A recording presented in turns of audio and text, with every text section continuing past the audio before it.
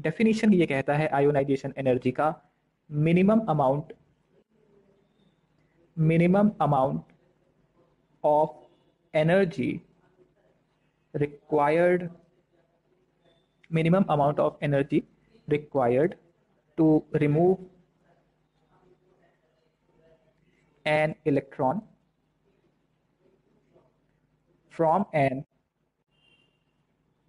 isolated gaseous atom or species. Minimum amount of energy required to remove electron from isolated gaseous atom or species. Imagine करो थोड़ा सा कि ये आपका atom था। अब इस एटम में इलेक्ट्रॉन्स जो थे वो चारों तरफ रिवॉल्व करते हुए दिखाई दे रहे थे। नोट करते चलना है आपको। ये इलेक्ट्रॉन्स कुछ इस तरीके से हमारे एटम के चारों ओर थे। तो एटम्स के अगर हम कह रहे हैं मिनिमम अमाउंट ऑफ एनर्जी, अब देखिए इलेक्ट्रॉन आप दो तरीके से निकाल सकते थे। एक आप इस ऑर्बिट से इलेक्ट्रॉन हटा दें और एक आप अंदर के ऑर्बिट से इलेक्ट्रॉन निकाल दें। कम अमाउंट ऑफ एनर्जी किसमें देनी पड़ेगी? तो जवाब इसका यह है कि वो जिसका फोर्स ऑफ अट्रैक्शन न्यूक्लियस के साथ कम होगा वो आसानी से रिमूव हो जाएगा। तो आप ये देखेंगे कि जो आउटर मोस्ट ऑर्बिट है उनके इलेक्ट्रॉन रिमूव करना आसान होता है, अंदर के इलेक्ट्रॉन जो होंगे वो फोर्स ऑफ अट्रैक्शन न्यूक्लियस से उनका ज्यादा होगा, इसलिए अंदर के इलेक्ट्रॉन्स को रिमूव करना डिफिकल्ट था, जबकि आउटर मोस्ट ऑर्बिट के इलेक्ट्रॉन्स को रिमूव करना आसान था। तो जब मैं मिनिमम अमाउंट ऑफ एनर्जी कह रहा हूं इसका मतलब मैं आउटर मोस्ट ऑर्बिट का इलेक्ट्रॉन रिमूव करना चाह रहा हूं। किससे? From an isolated gaseous atom, मतलब एक गैस के एटम को बाकी सारे एटम से अलग कर दिया और उस एक एटम को ही आप देख रहे हो। तो एक आइसोलेटेड गैसियस एटम से आउटर मोस्ट ऑर्बिट से इलेक्ट्रॉन रिमूव करने में जितनी एनर्जी देनी पड़ेगी, अपने आप तो हटेगा नहीं, एनर्जी दोगे तब जाके इलेक्ट्रॉन रिमूव होगा। तो वो मिनिमम अमाउंट ऑफ एनर्जी जो इलेक्ट्रॉन को रिमूव करने के लिए आउटर मोस्ट ऑर्बिट से एक आइसोलेटेड गैसियस एटम से देनी पड़ेगी उसे कहते हैं आयोनाइजेशन एनर्जी। नाम से समझो, आयोनाइजेशन, आयोनाइज करना मतलब अलग करना, आयंस बनाना। आयोनाइजेशन आयन बनाना है अगर, तो आयन बनाने में जो एनर्जी देनी पड़ेगी वो कहलाएगी आयोनाइजेशन एनर्जी। बेसिक डेफिनेशन क्या है? Minimum amount of energy required to remove an electron from a isolated gaseous atom. इसका मतलब यहां से इलेक्ट्रॉन रिमूव करने में जो एनर्जी देनी पड़ी वो कहलाएगी आयोनाइजेशन एनर्जी। और इसे आप ऐसे देखें कि मान लीजिए आपके पास एक मेटल या एम करके कोई एक सब्सटेंस था, कोई एक एटम था जो कि गैसियस स्टेट में होना चाहिए, तो एम गैस था। इससे जब आप एक इलेक्ट्रॉन रिमूव करके फॉर्म कराएंगे एम प्लस गैस और एक इलेक्ट्रॉन रिमूव करेंगे तो यहां पे जो एनर्जी आपको देनी पड़ी वो कहलाएगी आयोनाइजेशन एनर्जी। क्योंकि आपने अभी पहला इलेक्ट्रॉन हटाया है तो इसे आप कहेंगे आयोनाइजेशन एनर्जी 1। एनर्जी आपको देनी पड़ रही है, जब भी एनर्जी देनी पड़ेगी चाहे कोई भी प्रोसेस हो, जब भी आपको एनर्जी देनी पड़ेगी तो उसे कहते हैं हम थर्मोडायनेमिक्स के टर्म में endothermic. Endothermic because energy absorb हो रहा है, एनर्जी के एब्जॉर्ब होने को कहते हैं एंडोथर्मिक। तो आयनाइजेशन एनर्जी में एनर्जी आपने दी, एनर्जी एब्जॉर्ब हुई, तो this was a endothermic process. This is a endothermic process. और delta H, delta H endothermic जब भी होगा डेल्टा एच पॉजिटिव होगा। डेल्टा एच एंथैल्पी को कहते हैं। फिलहाल आप परेशान मत होइए, क्या होता है एंथैल्पी मुझे नहीं पता, पता होना भी नहीं चाहिए था। एंथैल्पी यहाँ पॉजिटिव होता है, इतना समझ लो। एंडोथर्मिक के लिए डेल्टा एच पॉजिटिव होगा, जब एनर्जी रिलीज होगी तो उसको कहते हैं एक्सोथर्मिक, और एक्सोथर्मिक में डेल्टा एच नेगेटिव होगा। ये नोटेशन होता है, थर्मोडायनेमिक नोटेशन कहते हैं इसको। बाद में फिर कभी बात करेंगे इसके बारे में। फिलहाल आप याद रखें कि एंडोथर्मिक में डेल्टा एच पॉजिटिव होगा, एक्सोथर्मिक में डेल्टा एच नेगेटिव होगा। आयनाइजेशन एनर्जी जो थी वो थी एंडोथर्मिक। अच्छा, एम प्लस बन गया, एक इलेक्ट्रॉन हटा दिया तो जो एनर्जी देनी पड़ी उसे कहा हमने आयनाइजेशन एनर्जी। अलग है वो अलग है, कंफ्यूज मत हो, जितना मैं बता रहा हूं पहले उतना सुनो, सारी चीजें आ जाएंगी। अब एम प्लस आयन में से अगर आप एक और इलेक्ट्रॉन रिमूव कर दो तो फॉर्म हो जाएगा M+2 गैस, और फिर से एक इलेक्ट्रॉन आपने रिमूव कर दिया।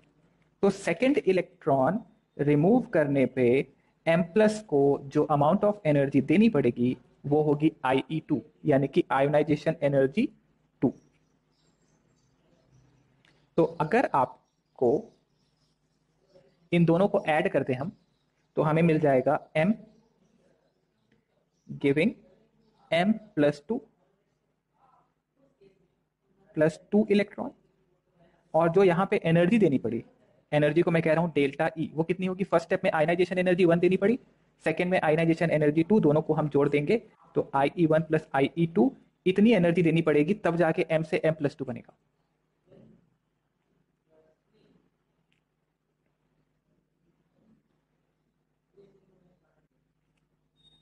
नोट करिए यहां तक।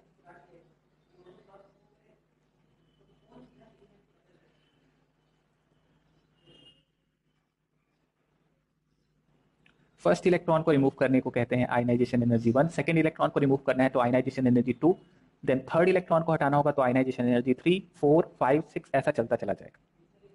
नोट हो गया यहां तक?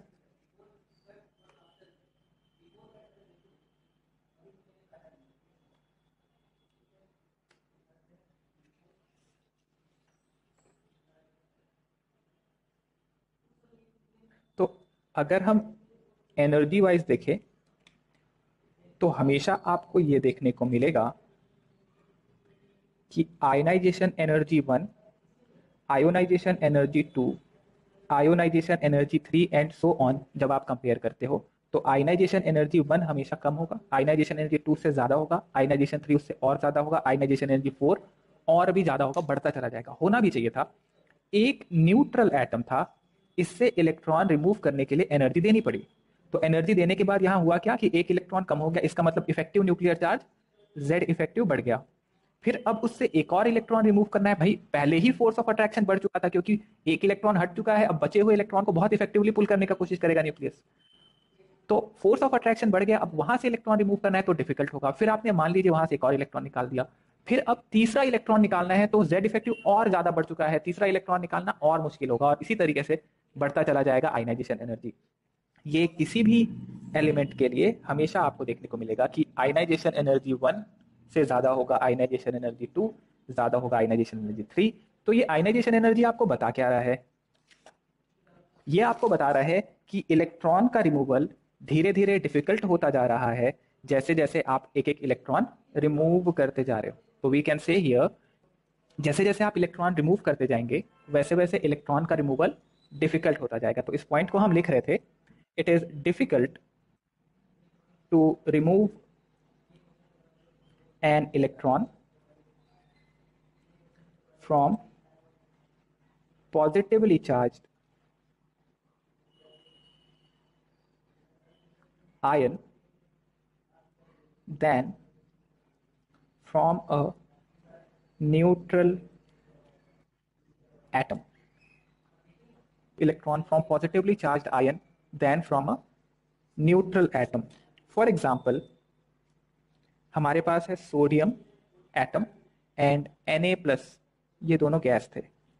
इनमें कंपेयर करना है हमें ionization energy. Compare the ionization energy.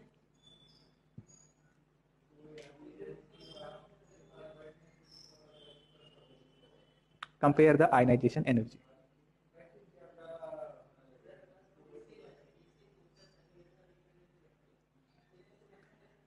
देखिए, अगर हम इफेक्टिव न्यूक्लियर चार्ज की बात करें तो हमने ये देखा सोडियम में 11 प्रोटॉन और 11 इलेक्ट्रॉन थे, Z इफेक्टिव और Z माइनस सिग्मा। जबकि Na+ में 11 प्रोटॉन हो गए और 10 इलेक्ट्रॉन हो गए, तो सिग्मा की वैल्यू कम हो गई, सिग्मा की वैल्यू कम हो गई, यानी कि Z इफेक्टिव Na और Na+ में अगर आप करें कंपेयर तो Na+ में इफेक्टिव न्यूक्लियर चार्ज ज्यादा हो जाएगा। अब इफेक्टिव न्यूक्लियर चार्ज ज्यादा होने से क्या होगा, थोड़ा इमेजिन करो। इफेक्टिव न्यूक्लियर चार्ज ज्यादा होगा मतलब न्यूक्लियस जो है वो आउटर मोस्ट इलेक्ट्रॉन को बहुत इफेक्टिवली पुल करेगा, और जब ये बहुत इफेक्टिवली पुल करेगा तो इलेक्ट्रॉन का रिमूवल जो है वो डिफिकल्ट होना चाहिए, साइज कम हो जाएगा, बिल्कुल साइज कम हो जाएगा, और जो आउटर मोस्ट इलेक्ट्रॉन है वो ज्यादा करीब आ जाएगा न्यूक्लियस से। तो अब इस इलेक्ट्रॉन को रिमूव करना और मुश्किल हो जाएगा, यानी और ज्यादा एनर्जी देनी पड़ेगी रिमूव करने के लिए। तो इफेक्टिव न्यूक्लियर चार्ज जब बढ़ा तो we can say that ionization energy Na और Na+ में Na+ का ज्यादा हो जाएगा।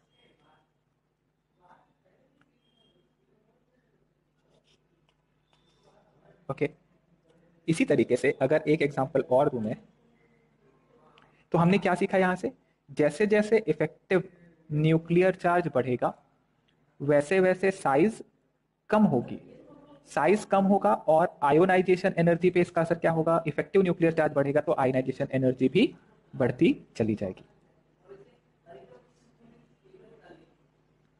ओके, एक और एग्जांपल देखें। अगर आपसे कहें मैग्नीशियम एंड मैग्नीशियम प्लस 2 में आयोनाइजेशन एनर्जी कंपेयर कीजिए,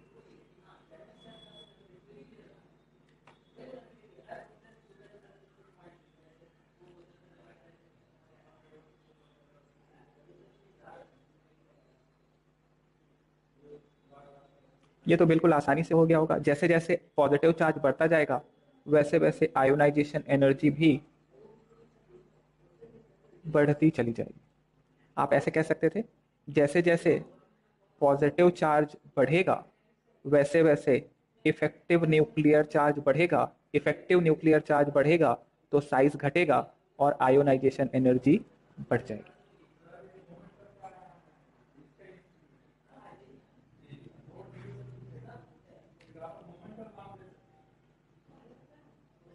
नोट कर लीजिए यहां तक।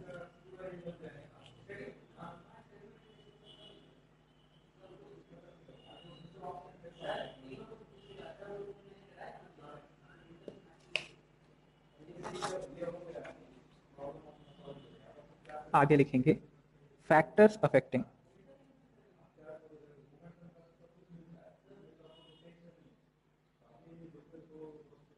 Factors affecting ionization energy, factors affecting ionization energy. तो पहला फैक्टर है इफेक्टिव न्यूक्लियर चार्ज। अभी हमने इसकी बात कर रही थी थोड़ी सी, जैसे जैसे इफेक्टिव न्यूक्लियर चार्ज बढ़ेगा, न्यूक्लियस से आउटर मोस्ट इलेक्ट्रॉन का अट्रैक्शन बढ़ेगा, अट्रैक्शन बढ़ेगा तो इलेक्ट्रॉन को निकालना मुश्किल होता जाएगा, मुश्किल होता जाएगा तो आयनाइजेशन, जेड इफेक्टिव बढ़ेगा और आयनाइजेशन एनर्जी भी बढ़ जाएगा। Second point, then size factor अगर हम देखें, यानी कि ऊपर से नीचे जा रहे हैं, तो आप ये देखेंगे साइज जैसे जैसे बढ़ता चला जाएगा वैसे वैसे क्या होगा, आउटर मोस्ट इलेक्ट्रॉन की दूरी बढ़ती जाएगी, आउटर मोस्ट इलेक्ट्रॉन से दूरी बढ़ती जाएगी तो आयोनाइजेशन एनर्जी घटता चला जाएगा।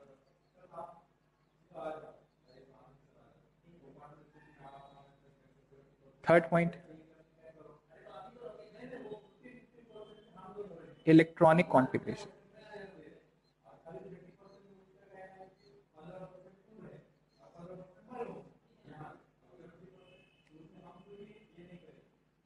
इलेक्ट्रॉनिक कॉन्फ़िगरेशन वाइज देखें तो हमें ये देखने को मिलता है that for a stable electronic configuration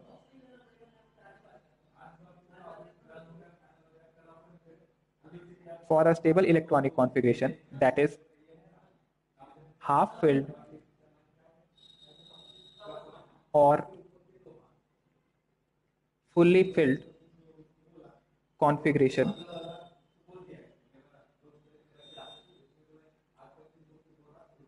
ionization energy will be large. So for a stable electronic configuration that is half filled and full filled configuration, ionization energy will be large. ये वाला पॉइंट थोड़ा सा देखना पड़ेगा आपको। सो अगर हम lithium beryllium, ये सेकेंड पीरियड को देख रहे हैं, so lithium beryllium boron carbon nitrogen oxygen fluorine and neon. So lithium से हम कॉन्फ़िगरेशन अगर देखें तो 2s1 यहाँ पे आएगा 2s2, बोरॉन में आएगा 2s2 2p1, कार्बन में 2s2 2p2, 2s2 2p3, oxygen में 2s2 2p4, 2s2 2p5 और नियॉन में 2s2 2p6। तो जिसमें half filled and full field configuration है, तो बेरिलियम को आप देखेंगे 2s2, कोई भी ऑर्बिटल यहाँ पे फुलफिल्ड या हाफ फिल्ड होगा। नाइट्रोजन में देखिए 2p3, तो p ऑर्बिटल में, p में 3 ऑर्बिटल थे, तीनों में एक एक इलेक्ट्रॉन आएगा, ये हाफ फिल्ड होता है। और नियॉन ये फुल फिल्ड ऑर्बिटल। तो हाफ फिल्ड और फुल फिल्ड कॉन्फ़िगरेशन जो होंगे उनका आयोनाइजेशन एनर्जी थोड़ा सा ज्यादा हो जाएगा अपने एडजेसेंट वालों से। यानी कि आयोनाइजेशन एनर्जी यहाँ पे, आयोनाइजेशन एनर्जी यहाँ पे हो जाएगी, देखो लेफ्ट टू राइट जाने पे हो ये रहा था कि इफेक्टिव न्यूक्लियर चार्ज बढ़ता चला जा रहा था, तो आयोनाइजेशन एनर्जी भी बढ़ती चली जानी चाहिए थी। ठीक है, तो आयोनाइजेशन एनर्जी बढ़ती चली जानी चाहिए थी, लेकिन इसमें एक्सेप्शन क्या है, half field and full field वालों का थोड़ा ज्यादा होता है। तो नाइट्रोजन का ज्यादा हो जाएगा ऑक्सीजन से, नियॉन के आगे तो कुछ है ही नहीं। बेरिलियम का ज्यादा हो जाएगा बोरॉन से। That means ionization energy compare करेंगे तो लिथियम का सबसे कम होगा, देन बेरिलियम होना चाहिए था, बट बेरिलियम में 2s2, s में 2 इलेक्ट्रॉन भरे हुए हैं तो बोरॉन हो जाएगा। Lithium, boron, beryllium, carbon, nitrogen से आगे निकल गया ऑक्सीजन से, नाइट्रोजन, देन फ्लोरीन, और सबसे ज्यादा यहाँ नियॉन होगा। नियॉन क्योंकि स्टेबल कॉन्फ़िगरेशन था, 2p6 कॉन्फ़िगरेशन स्टेबल कॉन्फ़िगरेशन होता है, यहाँ से इलेक्ट्रॉन निकालना बहुत मुश्किल होगा, और इसकी वजह से यहाँ पे हम देखते हैं किसका ज्यादा हो जाता है सबसे आयोनाइजेशन एनर्जी। हाँ, सिर्फ हाफ फील्ड और full filled orbital extra stable होते हैं। एक्स्ट्रा स्टेबल का मतलब बाकियों से थोड़े से ज्यादा। अब बाकियों से मतलब किससे, तो बेरिलियम का ज्यादा स्टेबल है लिथियम से और बोरॉन से, नाइट्रोजन ज्यादा स्टेबल है कार्बन से और ऑक्सीजन से, नियॉन ज्यादा स्टेबल है फ्लोरीन से और इसके नेक्स्ट से। तो हाफ फील्ड और फुल फील्ड में सिमिट्री हो जाती है, सिमिट्रिक हो जाते हैं ये, इस वजह से इनमें स्टेबिलिटी थोड़ी ज्यादा हो जाती है। इसी तरीके से अगर हम थर्ड पीरियड को देखें तो sodium, magnesium, then aluminium, silicon, phosphorus, sulphur, chlorine and argon.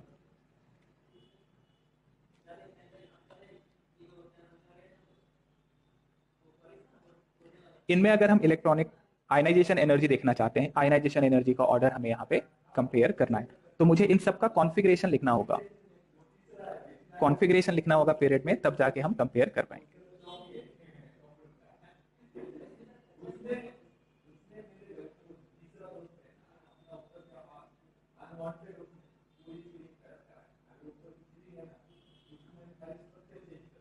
तो सोडियम में आप देखेंगे 3s1, 3s2, then 3s2, 3p1, 3s2, 3p2, यहाँ 3p3 होगा, 3p4, 3p5 और 3p6। अगेन देखिए half filled, full field extra stable होंगे, इनका आयनाइजेशन एनर्जी थोड़ा सा अपने अड़ोसी पड़ोसी से ज्यादा हो जाएगा, तो आर्गन से आगे कोई है ही नहीं। तो यहाँ पे आयनाइजेशन एनर्जी का ऑर्डर आ जाता है, सोडियम का सबसे कम, देन मैग्नीशियम, सॉरी मैग्नीशियम आना चाहिए था बट एल्यूमिनियम आएगा बिकॉज मैग्नीशियम पीछे हो जाएगा, then magnesium, silicon, phosphorus, phosphorus आगे निकल गया सल्फर से, then chlorine and then argon. This is the order of ionization energy.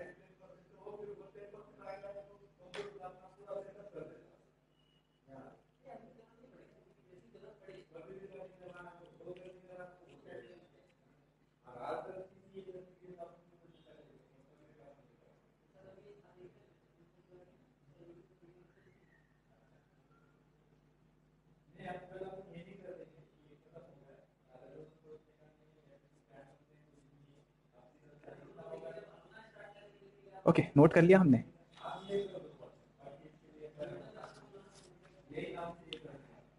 अब जब आप ऊपर से नीचे जा रहे हो तो ऊपर से नीचे अगर हम देखें, जैसे कि अगर मैं lithium, sodium, potassium, rubidium, caesium, caesium तक करो, इसमें हम कंपेयर करना चाहते हैं आयोनाइजेशन एनर्जी।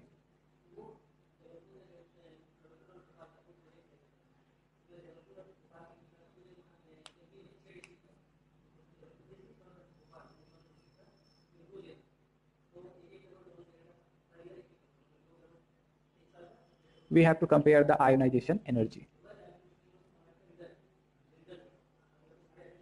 तो जब आप ऊपर से नीचे जा रहे हो तो ऊपर से नीचे जाने पे होगा क्या, साइज के आयनाइजेशन एनर्जी देखना है तो आपको दो चीजें देखनी होगी, या तो इफेक्टिव न्यूक्लियर चार्ज देखना होगा या तो साइज देखना होगा।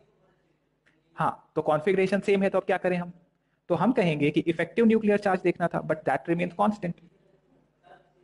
फिर हम देखेंगे साइज, तो साइज तो बढ़ रहा है ऊपर से नीचे जाने पे, साइज बढ़ रहा है तो आयनाइजेशन एनर्जी घट जाएगी, सीधा सीधा कह सकते हैं।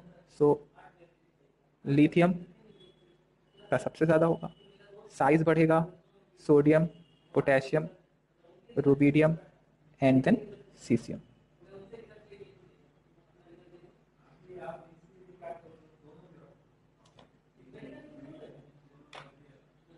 राइट, साइज बढ़ेगा तो आयनाइजेशन एनर्जी घटती चली जाएगी।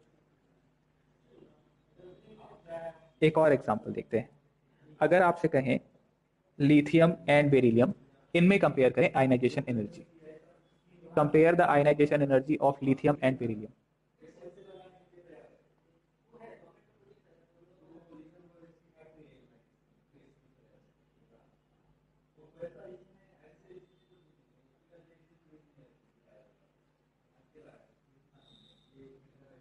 लिथियम एंड बेरिलियम में जैसे हम कंपेयर करना चाहते हैं आयनाइजेशन एनर्जी, तो लिथियम और बेरिलियम एक ही सीरीज के हैं। आप ये कह सकते हैं कि जैसे जैसे इफेक्टिव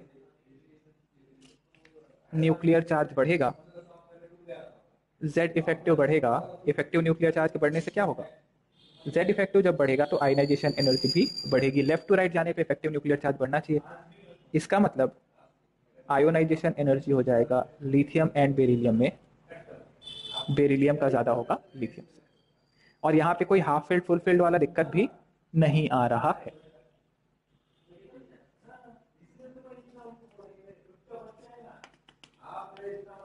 नेक्स्ट एग्जांपल,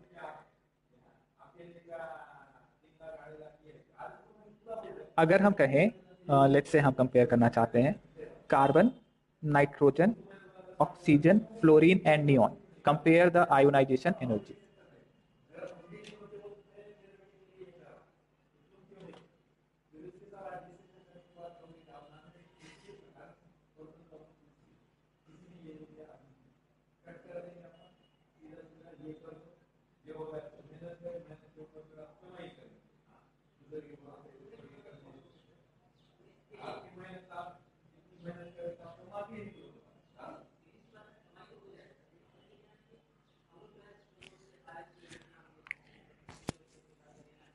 हाँ, तो पहले हम लोग क्या करेंगे, इलेक्ट्रॉनिक कॉन्फ़िगरेशन देखेंगे। कार्बन में 2s2 2p2, नाइट्रोजन में 2s2 2p3, हाफ फील्ड हो गया, देखो ध्यान दो। ऑक्सीजन में 2s2 2p4, फ्लोरीन में 2s2 2p5, नियॉन में 2s2 एंड 2p6। तो half field and full field वालों का अपने एडजेसेंट से ज्यादा होना चाहिए, तो कार्बन का सबसे कम होना चाहिए, फिर नाइट्रोजन आना चाहिए था, लेकिन एक्सेप्शन केस है, नाइट्रोजन का ज्यादा हो गया, तो ऑक्सीजन, फिर नाइट्रोजन, फिर फ्लोरीन, और सबसे ज्यादा हो जाएगा नोबल गैस यहाँ पे जो कि नियॉन था।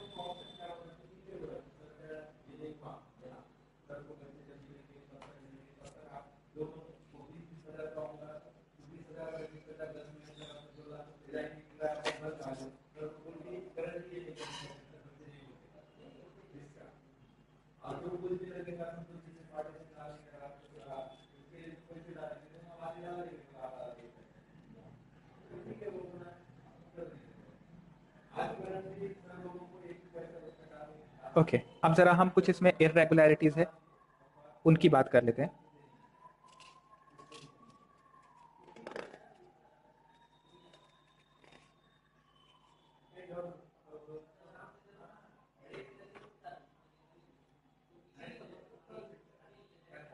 लिखिए irregularities.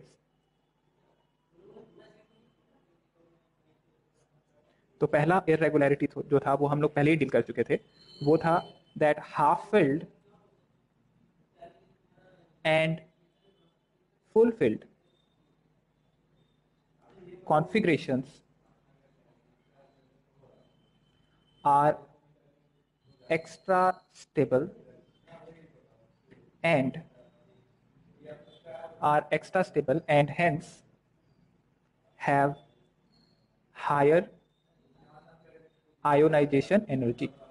Half-filled and full-filled configuration are extra stable, hence have higher ionization energy. दूसरा irregularity ये देखने को मिलता है that ionization energy of gallium and ionization energy of aluminium, ऊपर से नीचे जाने पे आप क्या एक्सपेक्ट कर रहे थे, ऊपर से नीचे जाएंगे साइज बढ़ता जाएगा और इस वजह से आयोनाइजेशन एनर्जी कम होती जानी चाहिए, लेकिन क्योंकि गैलियम का साइज बराबर हो जाता है लगभग एल्यूमिनियम के, ये हमने साइज में देखा था, तो इस वजह से गैलियम का आयोनाइजेशन एनर्जी ज्यादा हो जाता है। तो आप यहां लिख सकते हो कि size is nearly same, size लगभग बराबर ही है एल्यूमिनियम और गैलियम का, बट एक्स्ट्रा न्यूक्लियर चार्ज देखने को मिलेगा हमें गैलियम में, और इसकी वजह से होता यह है कि हमारा आयोनाइजेशन एनर्जी कम हो जाएगी।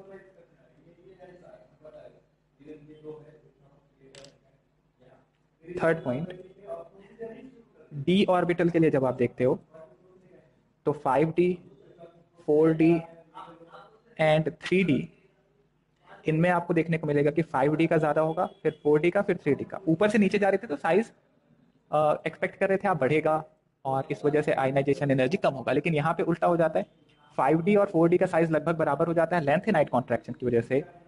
यहाँ लिख लीजिएगा आप, हो ये रहा है due to lanthanide contraction.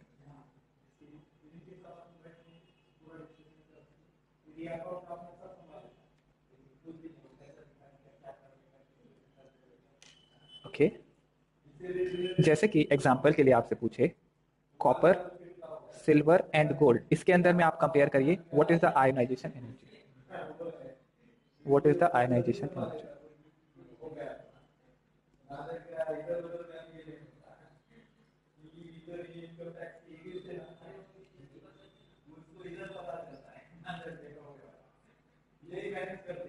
Sodium नहीं, कॉपर, सिल्वर एंड गोल्ड का कंपेयर करना है।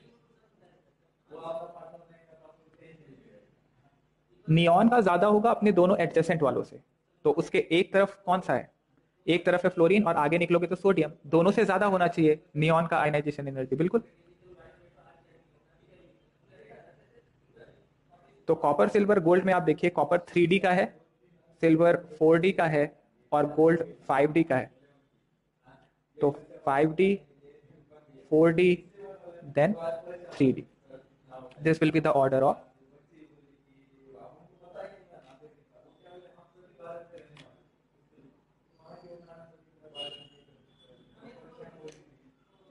तो आयोनाइजेशन एनर्जी को आप यूज कर सकते हो रिएक्टिविटी से, नोट लिख लीजिए एक,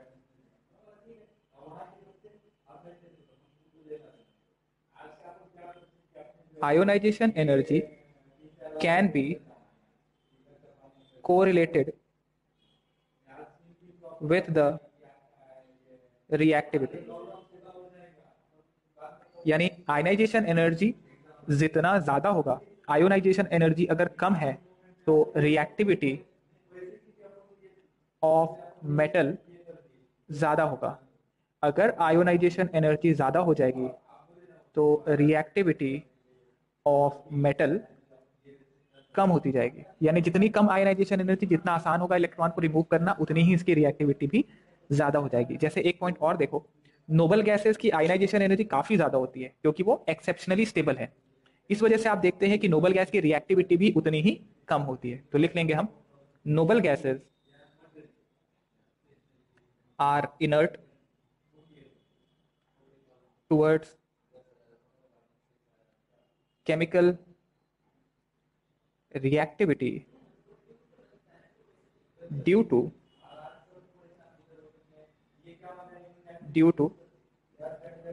stable configuration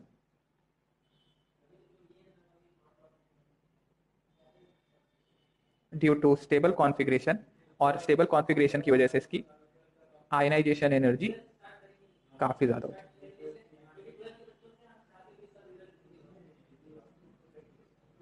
third point, low ionization energy low ionization energy of alkali metals can be correlated with their high reactivity. So alkali metals की आयनाइजेशन एनर्जी होगी काफ़ी कम और इस वजह से इनकी रिएक्टिविटी हो जाएगी काफ़ी ज़्यादा। आप आयनाइजेशन एनर्जी से मेटल्स की रिएक्टिविटी को रिलेट कर सकते हैं चाहे तो। एक दो एग्जाम्पल और करें।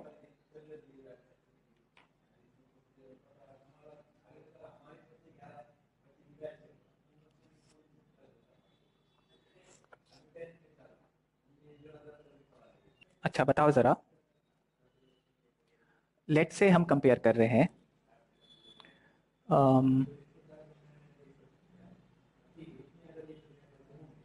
Li plus Be plus lithium plus beryllium plus boron plus. इनमें अगर मैं कहूं कि कंपेयर द आयोनाइजेशन एनर्जी,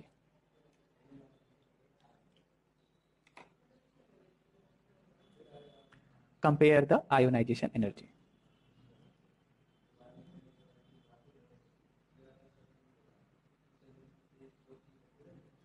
तो आपको जब कैटायन दे दिया यहां पे तो आपको ये कहना होगा कि what is the configuration, right.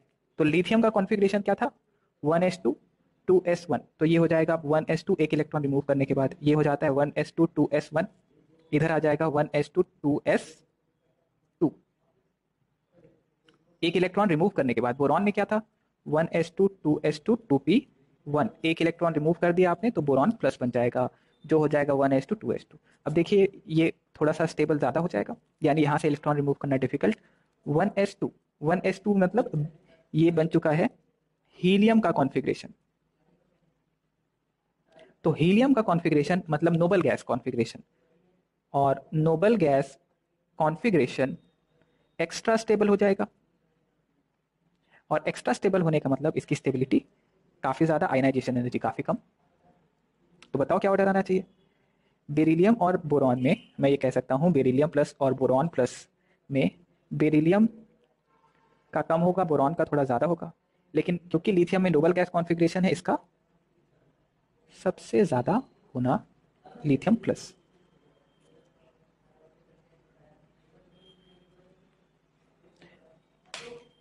एक पॉइंट और कि अगर नोबल गैस आ गया है तो उसका आयनाइजेशन एनर्जी एक्सेप्शनली हाई होता है, बहुत ही ज़्यादा। So noble gas configuration, noble gas configuration have exceptionally high ionization energy, have exceptionally high ionization energy। Noble gas में एक्सेप्शनली हाई आयनाइजेशन एनर्जी आपको देखने को मिलेगा। तो आप मानिए एक एलिमेंट था X, इससे एक इलेक्ट्रॉन जब हटाया आयनाइजेशन एनर्जी तो मान लो आ रहा है 100 जूल या 100 किलो जूल। आयनाइजेशन एनर्जी 2 जब देखा तो वो आ रहा था 300 किलो जूल, और आयोनाइजेशन एनर्जी 3 देखा तो ये आ गया 3000 किलो जूल। तो आपसे मैं पूछूं कि ये एलिमेंट X कौन से ग्रुप का है, या कौन से ग्रुप का मेंबर होगा। ये अल्कली मेटल होना चाहिए, अल्कलाइन अर्थ मेटल होना चाहिए, बोरॉन फैमिली का होना चाहिए, कौन से ग्रुप का होना चाहिए। तो X से X प्लस बनाने में आपको देना पड़ा 100 जूल। देखो फिर X प्लस से X प्लस 2 बनाने में भी आपने 300 जूल दिया, बहुत ज़्यादा एनर्जी का डिफरेंस नहीं है। देखो एनर्जी तो आयनाइजेशन एनर्जी तो बढ़ती ही जाएगी जैसे जैसे इलेक्ट्रॉन हटाएंगे। फिर X प्लस 2 से एक और इलेक्ट्रॉन जब आप हटाएं तो हो जाता है X प्लस 3 प्लस इलेक्ट्रॉन, यानी कि 2 इलेक्ट्रॉन रिमूव करने तक दिक्कत नहीं थी, तीसरा इलेक्ट्रॉन हटाने में यहाँ पे एनर्जी कुछ ज्यादा ही हो गई, देखो लगभग 10 गुना हो गई। अब ये एक्सेप्शनली हाई आयनाइजेशन एनर्जी है, मतलब 2 इलेक्ट्रॉन रिमूव करने के बाद यहाँ नोबल गैस कॉन्फ़िगरेशन आ चुका होगा, ये नोबल गैस होना चाहिए कॉन्फ़िगरेशन, तभी तीसरा इलेक्ट्रॉन रिमूवल डिफिकल्ट होता जा रहा है बहुत ही। तो ये ऐसा 10 20 15 किलो जूल का अंतर से फर्क नहीं पड़ता, 100 और दूसरा 1000, ये डिफरेंस कहलाएगा कि हाँ बहुत बड़ा डिफरेंस आया। सो क्योंकि यहाँ नोबल गैस कॉन्फ़िगरेशन आ गया था, इसका मतलब आउटर मोस्ट ऑर्बिट में 2 इलेक्ट्रॉन थे। आउटर मोस्ट ऑर्बिट में 2 इलेक्ट्रॉन थे, इसका मतलब कौन सा ग्रुप होना चाहिए? ये किसमें होता है आउटर मोस्ट में 2 इलेक्ट्रॉन? तो वो हो जाता है हमारा अल्कलाइन अर्थ मेटल्स में। आप याद करो जरा, 2,8,2 इस जैसा कॉन्फ़िगरेशन होना चाहिए। 2 इलेक्ट्रॉन रिमूव करने तक तो दिक्कत नहीं हुई इसको, बट उसके बाद इलेक्ट्रॉन रिमूव करने पे नोबल गैस आ गया, यानी कि ये होना चाहिए था। लिख लो answer, this should have been alkaline earth metal.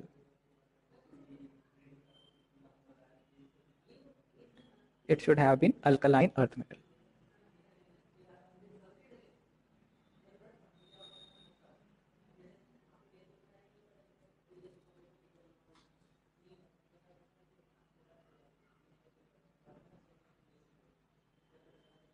Okay, तो ये हुआ हमारा आयोनाइजेशन एनर्जी के बारे में। इसके आगे हम नेक्स्ट क्लास में बात करेंगे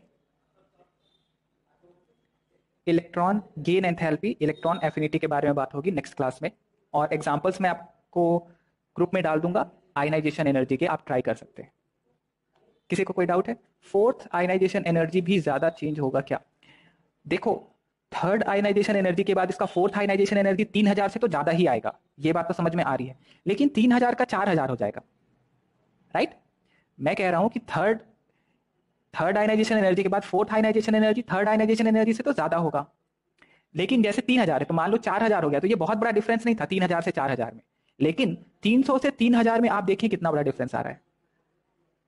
जैसे जैसे आयनाइजेशन आप इलेक्ट्रॉन निकालते जाओगे, आयनाइजेशन एनर्जी तो बढ़ेगी ही, बढ़ना ही है उसको, चाहे नोबल गैस कॉन्फ़िगरेशन आए या ना आए, बट जहां एक्सेप्शनली हाई हो जाए आयनाइजेशन एनर्जी, वहां पे आपको कहना होगा कि नोबल गैस कॉन्फ़िगरेशन अटेन हुआ होगा, तभी ऐसा हो रहा है, राइट? तो फोर्थ आयनाइजेशन एनर्जी थर्ड से ज्यादा होगा, बिल्कुल ज्यादा होगा, मान के चलो करीब 3500 4000 के आसपास कुछ आएगा वैल्यू उसका। आप एक और एग्जांपल ट्राई करना चाहते हो? एक एलिमेंट है Y, तो पहले आयनाइजेशन एनर्जी 1 जो था वो 50 किलो जूल था, आयनाइजेशन एनर्जी 2 जो था वो 150 किलो जूल था, आयनाइजेशन एनर्जी 3 जो थी वो था 500 kilo joule, and ionization energy 4 जो था वो हो जाता है यहाँ पे 2000 किलो जूल, या इसको 3000 किलो जूल कर देता हूं। अब मैं पूछूं कि ये बताओ कौन से ग्रुप का होना चाहिए, या आपको 4 एलिमेंट दे देता हूं, या एलिमेंट नहीं दूंगा, हाइपोथेटिकल था ये डेटा, तो इसलिए आप बताओ कौन से ग्रुप का होना चाहिए, कौन सी फैमिली का मेंबर होना चाहिए?